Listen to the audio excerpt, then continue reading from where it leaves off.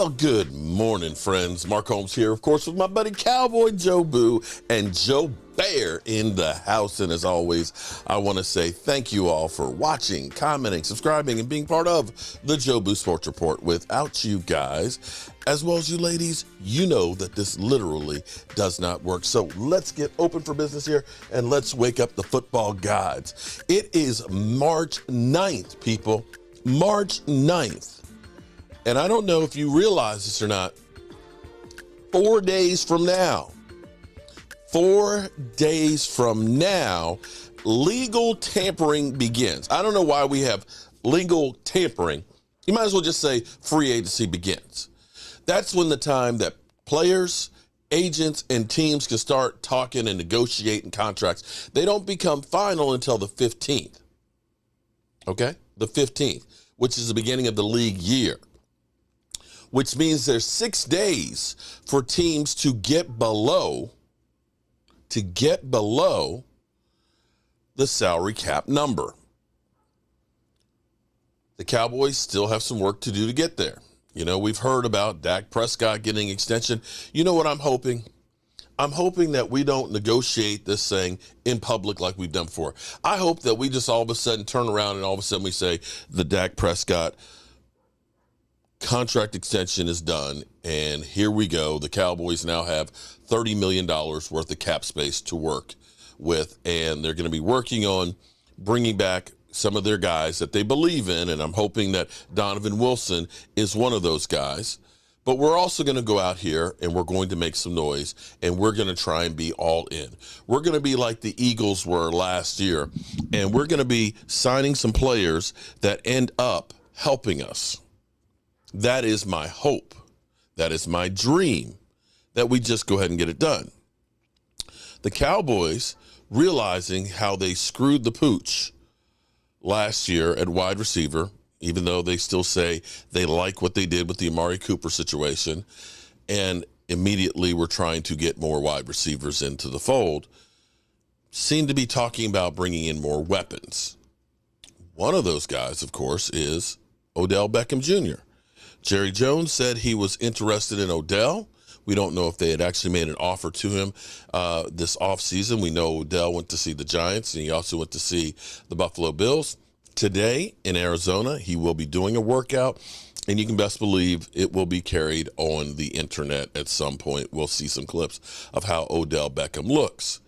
Now, the thing is, you know, if Odell is now 100% healed, and Odell looks like he's in better shape from the first surgery where he'd never really healed up right, the price tag definitely goes up. You're not looking at a veteran minimum price then.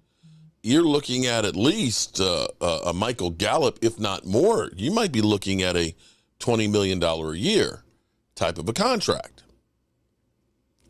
Will the Cowboys look at signing Odell Beckham, who will be 31 years old, has not had a 1,000-yard season since 2019, has not played in a year? Will they go ahead and say, we want that guy? Now, Jerry's already been on board basically saying that, yeah, we definitely had interest in Odell, you know, last year, and we know what he can do and everything else, and still has interest. Now, of course, I've always said, you know, Jerry Jones is Jerry Jones, and Jerry's always going to be over here saying a lot of stuff, but really pay more attention to Stephen Jones. Stephen Jones doesn't give you all the bullshit. He doesn't give you the glory holes. I think that's a part of leadership, is to have some of the guys that have gone before that have been disappointed to share it with everybody involved. For me, it's a reminder. I, too, have been here 23 years. And it is a reminder. I've been here when it was glory hole days, and I've been here when it wasn't. And so, having said that, I want me some glory holes. I want me some glory holes. So I have that perspective.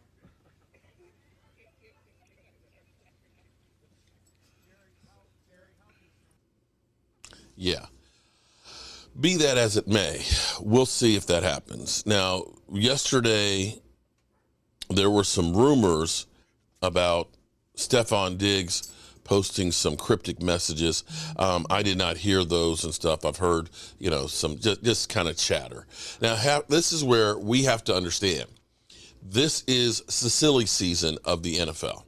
This is rumor, innuendo time. This is when, people will say it's a proposed trade, and people will think that the Cowboys are actually talking about trading somebody. This is where agents and players will use the Cowboys to get more publicity, because if you immediately say, I'm interested in the Cowboys, everybody's ears perk up. That lets everybody know that I'm looking for a new home. Russell Wilson, kind of said, one of the teams I'd consider playing for would be the Cowboys. We knew Russell Wilson, the Cowboys were going to trade for Russell Wilson, but that got everybody's ears and everybody's attention. And this is where, you have to be careful with some of the things that you see and all that, and find out if it's actually legitimate or not. Like I said, this is the NFL silly season. So I'm going to look into the Stephon Diggs stuff, see if I can find anything from it where he's actually said something. We know that Trayvon Diggs always talks about reuniting with his brother and playing on the same team. Would I like to see Stephon Diggs? That would be the move that I would say, yeah, I wouldn't mind seeing a first-round pick and maybe one of our fifth-round picks going there to get him here. I know it's a big payday and so on, but if the Cowboys are serious about getting playmakers, you give that guy to Dak Prescott with CeeDee Lamb. Okay, all right, now we're cooking. Now we're cooking and able to do something. So again, I'm hoping that we just kind of find out, boom, the Cowboys created a whole bunch of cap room. They let go Jordan Lewis. They restructured Tyron Smith's contract, so we got some money there. We redid Zeke Elliott's contract. Well, maybe we redo Zeke Elliott's contract and we get him for about $5 million for next year, and we do Zach Martin's, and now we got $60 million of cash, and we're going to go out here and we're going to look at getting a guy like Bobby Wagner, because we're going to lose Leighton Vander Esch, and say we're going to get him on a 2-year deal, that we go out and we make a move for a Stephon Diggs, or maybe, just maybe, we make a move for somebody like Hopkins. And there are other guys out there that are being released. So you don't necessarily have to jump immediately like the Cowboys did with trading Amari Cooper, because teams are shedding talent. There are some guys out there that may not be the same pedigree as Stephon Diggs, but there's guys out there that can be a lot better than Noah Brown. And so maybe, you look a little bit further here in the next couple of days and see who truly is out there. So that's where we are with those situations. Let's go to the trade market for Hopkins. DeAndre Hopkins maybe going to the Dallas Cowboys. You might have to trade for him, but this would be a nice piece for your offense. A big receiver that can win the 50-50 ball. He's good in the red zone. Doesn't have to run fast, but he's in the middle of your field. He'd be a guy that Dak Prescott could lean on in big moments. Okay, I like that one a lot. To your point, it isn't a free agent move, but it's one that could happen during the free agent period. And Diane, I don't mean to interrupt you. If you were working the story over there, that's more important. I have breaking news. I don't. But let me come back then. No. Let's talk about this. DeAndre Hopkins. So there's definitely been a lot of chatter about the Arizona Cardinals, in the business of perhaps moving DeAndre Hopkins. I've spoken to some teams that have interest in him. I'm not sure what the compensation would be for a player of his caliber. We're 2 years ago, he was an incredible player. Obviously, he's been dealing with some injuries. So there's going to be a strong market for DeAndre Hopkins. And he recently spoke about it as well, saying that, look, I hear the rumors. I see it coming. It's going to probably happen. And he's got to just go about his business until that becomes official, if that's what Arizona decides to do. Look, he's 30 years old. He'll be 31 next season. There was a moment in time, and it doesn't feel that long ago, when I would have argued he was the best receiver in the entire National Football League. His hands are the size of this table. Yeah, I mean, a Booger, you put him on the Cowboys, what are we talking about? Well, Green, if you put him on the Cowboys, I think the offense now opens up. The problem with the Cowboys last year, Green, it was Dak Prescott to CeeDee Lamb and Tony Pollard. Like, those were the only two really explosive offensive weapons you have. Now, if you give Dak Prescott a solid number 2 receiver, now you have CeeDee and DeAndre. The field opens up. Now you can run the football a little bit more, because that's kind of what Mike McCarthy says he wants to do. Tony Pollard now becomes that chess piece that you can move around. So It's amazing when you slide people in their natural roles and you open the field up how the offense can perform better. So if they get him, yeah, the Cowboys are exponentially better. And you put him in the slot. That's where Chris Carter ended up going in his career. Yeah. And became a Hall of Famer. Yes. Put him in the slot. Let the linebackers have to deal with him.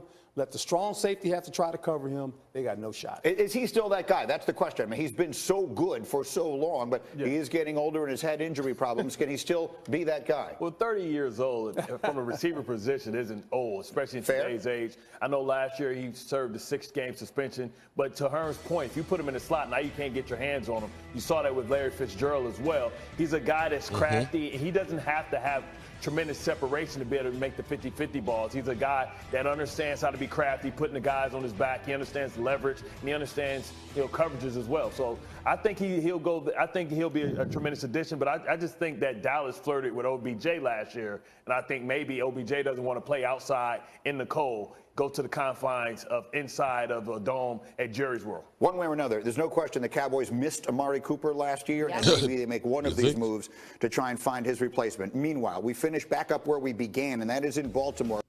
All right, so here is the Stephon Diggs thing. It happened actually a series of 3 tweets that happened on Wednesday. He tweeted, "Don't take things personally from people you don't know personally." I'm sorry, let me repeat that. "Don't take things personal from people you don't know personally," Diggs tweeted. And then he followed it up with 2 near identical messages 30 minutes later that read, "It's just business, don't take it personal." And then his final one said, "That's what they say at least." Now the question is he sending that message to Josh Allen, who, after a poor game in the playoffs, basically was like, like this. So, don't take it personal, Josh. It's only business. Or is he saying, don't take it personal that I want to get out of here. It's just business. The problem with that, of course, is he just signed an extension, 8 months or so ago, 8-9 months ago, and just got paid. So he's owed a lot of money. Which you would have to end up eating a lot of that in order for Buffalo. Buffalo's not going to just want to ship him out without getting compensation and somebody taking on that money as well. So that's a nice dream to have, but I'm not sure that that's going to actually become a reality. Regardless, the Cowboys are definitely in the market to upgrade their wide receiver core. How they do it? Is it Hopkins in a trade? Is it signing Odell? Is it the draft? Is it trying to make a major move and get a Stephon Diggs? Who knows? But we do know to do any of those, they're going to need to free up some capital between now and the 15th, only 6 days away. So we'll be monitoring, of course, the Odell Beckham Jr., see if we can find out what time the workout's going to be, see if it's going to be carried live by anybody. And if it is, we'll bring you the news on it. As always, you know how we roll. Our coach here, and as always, I want to thank you all for watching, commenting, subscribing, and being part of the Joe Boo Sports Report.